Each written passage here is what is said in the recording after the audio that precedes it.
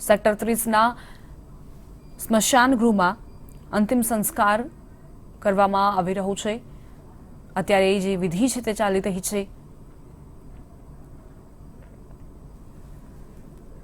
આ અંતિમ ઝલક જોઈ લો। ગુજરાતના નેતા ગુજરાત રાજકારણના ચાણક્ય કહેવાતા કેશુભાઈ પટેલની છે। આ ચરણો આપ જોઈ રહ્યા છો। આ ચરણો ક્યારેય થાકતા ન હતા। લોકોના કામ કરવા માટે તેઓ સતત પ્રયત્નશીલ રહેતા હતા।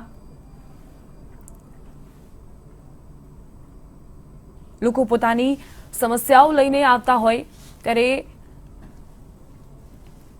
એવું આશ્વાસન પણ તેમને હતું કે હા, અમે જે નેતા પાસે જઈ રહ્યા છીએ ત્યાં જઈને અમારા પ્રશ્નોનું નિરાકરણ આવવાનું જ છે, મુશ્કેલીઓ દૂર થવાની જ છે। પ્રજાના પ્રતિનિધિ માત્ર નામ ખાતર તેઓ ન હતા। તેમણે દિલથી કામ કર્યું છે અને એ દરેક કામને પૂર્ણ કરવાની ક્ષમતા પણ તેઓ ધરાવતા હતા। ગમે તેટલી મુશ્કેલીઓ આવી જાય પરંતુ એ મુશ્કેલીઓમાંથી કઈ રીતે બહાર આવવું, કઈ રીતે પાર પડવું સરળતાથી જાણતા હતા તેઓ।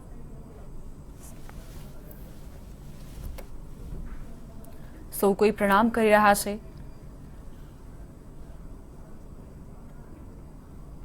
ચરણ સ્પર્શ કરી રહ્યા છે અને કદાચ એવું પણ વિચારી રહ્યા હશે અહીં ઉપસ્થિત રહેનાર તમામ દિગ્ગજ નેતાઓ કે કેશુભાઈ પટેલ તેમને માર્ગદર્શન આપવા માટે નથી રહ્યા, પરંતુ તેમના જીવન દરમિયાન તેમણે જે કામ કર્યા છે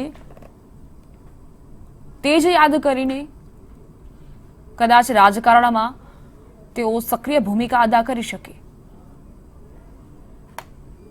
એક બાદ એક સૌ કોઈ આવી રહ્યા છે, પ્રણામ કરતા ભીની આંખોથી શ્રદ્ધાંજલિ પાઠવી રહ્યા છે। શોકમગ્ન માહોલ જોવા મળી રહ્યો છે।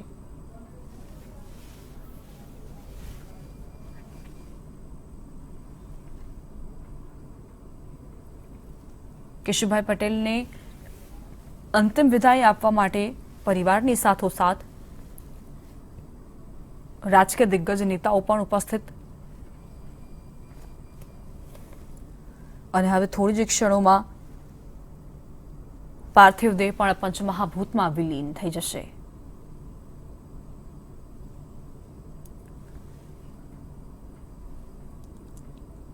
ભાજપના નેતાઓએ જ નહીં પરંતુ કોંગ્રેસના નેતાઓએ પણ કહ્યું છે કેશુભાઈ પટેલની ખોટ હંમેશા વર્તાશે, તેમને કોઈ ભૂલી નહીં શકે। ખેડૂતોના પ્રશ્નો અત્યારે સૌથી ચર્ચાસ્પદ મુદ્દો છે। તેનું નિરાકરણ કઈ રીતે લાવવું તે કદાચ કોઈને સમજાતું પણ નથી, પરંતુ કેશુભાઈ પટેલે પોતાના કાર્યકાળ દરમિયાન સરળતાથી તેને ઉકેલી બતાવ્યું હતું। હવે કદાચ એવા નેતા આપણને ક્યારેય નહીં મળે, એવું માર્ગદર્શન ક્યારેય નહીં મળે।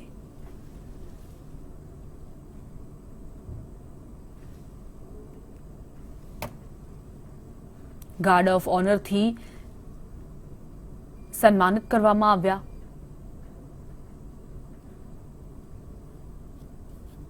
CM, deputy CM Pradipsinh Jadeja, ગૃહ રાજ્યમંત્રી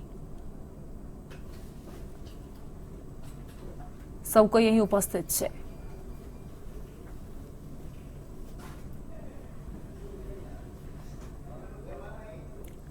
પ્રદેશ પ્રમુખ સી.આર. પાટીલને પણ આપ જોઈ શકો છો।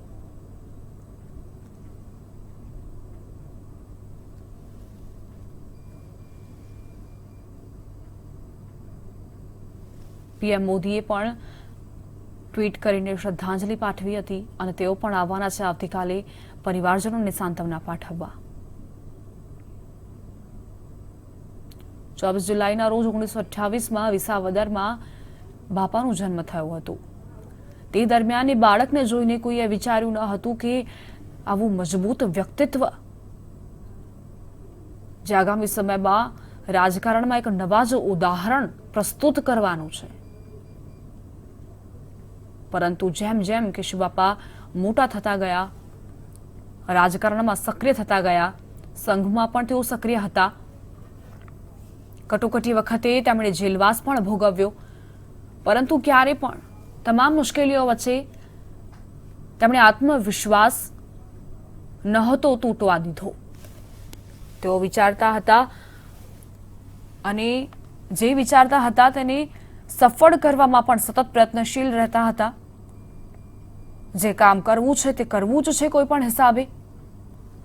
કેટલી પણ મુશ્કેલીઓ આવે પીછેહટ નથી કરવી. ખેડૂતોના તો તેઓ બેલી ગણાતા હતા અને રાજકારણના ચાણક્ય.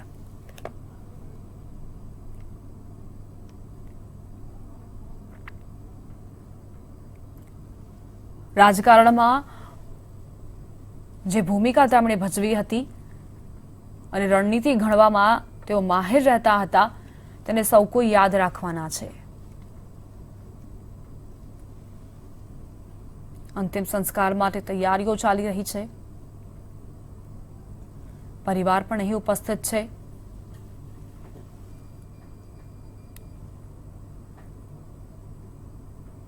મોં પર માસ્ક અને હાથમાં ગ્લવ્સ પહેરીને સૌની અહીં હાજરી જોવા મળી રહી છે.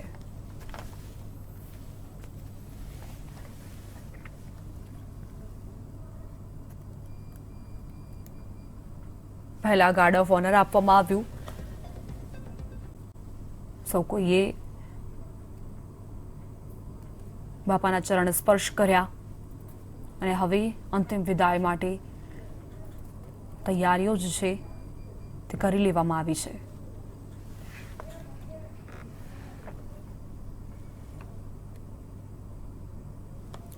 આ તસવીરો આપ જોઈ શકો છો.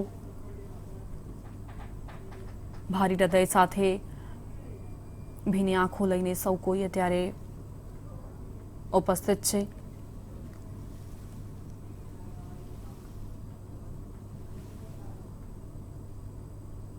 પીએમ મોદીએ પણ કહ્યું હતું કે કેશુભાઈનું વ્યક્તિત્વ વિરાટ હતું.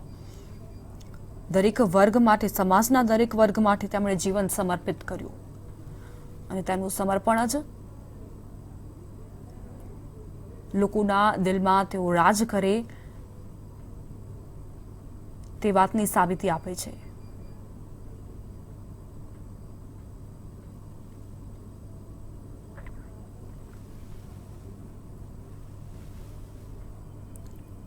પંચમહાભૂતમાં વિલીન થવાના છે કેશુબાપા.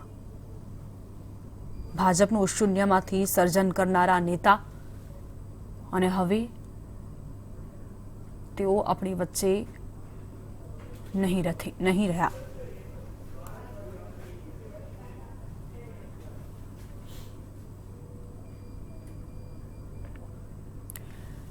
લોકસભા સાંસદ હોય કે પછી કૃષિ મંત્રી તરીકે તેમણે ફરજો અદા કરી, પૂર્વ મુખ્યમંત્રી તરીકે જે તેમણે કામકાજ કર્યું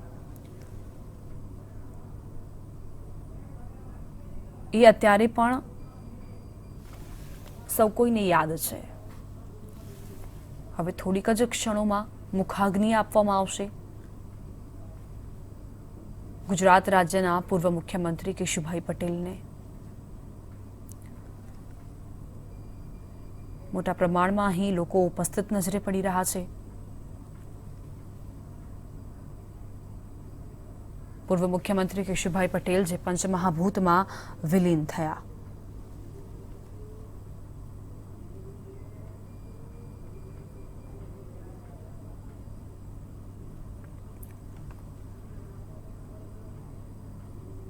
તમામ દિગ્ગજ નેતાઓ અહીં ઉપસ્થિત છે.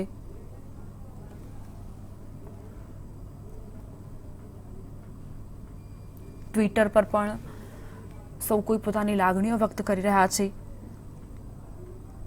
દુઃખ વ્યક્ત કરી રહ્યા છે. પરિવારજનો પર તો જાણે દુઃખના વાદળો તૂટી પડ્યા હોય તેવું લાગી રહ્યું છે. સૌ કોઈની આંખો નમ છે.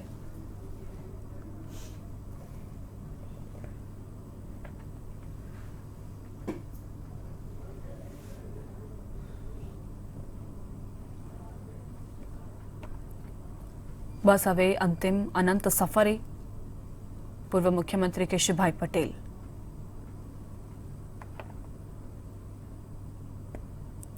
પૂર્વ મુખ્યમંત્રી કેશુભાઈ પટેલ જેઓ પંચમહાભૂતમાં વિલીન થઈ ગયા છે, તેમનું પાર્થિવ દેહ અનંત સફરે પંચમહાભૂતમાં વિલીન. સેક્ટર 30ના સ્મશાન ગૃહમાં અંતિમ સંસ્કારની વિધિ જે છે તે કરવામાં આવી. ગાર્ડ ઓફ ઓનર પણ તેમને આપવામાં આવ્યું. પૂરા રાજકીય સન્માન સાથે અંતિમ સંસ્કાર કરાયા, અંતિમ વિદાય આપવામાં આવી.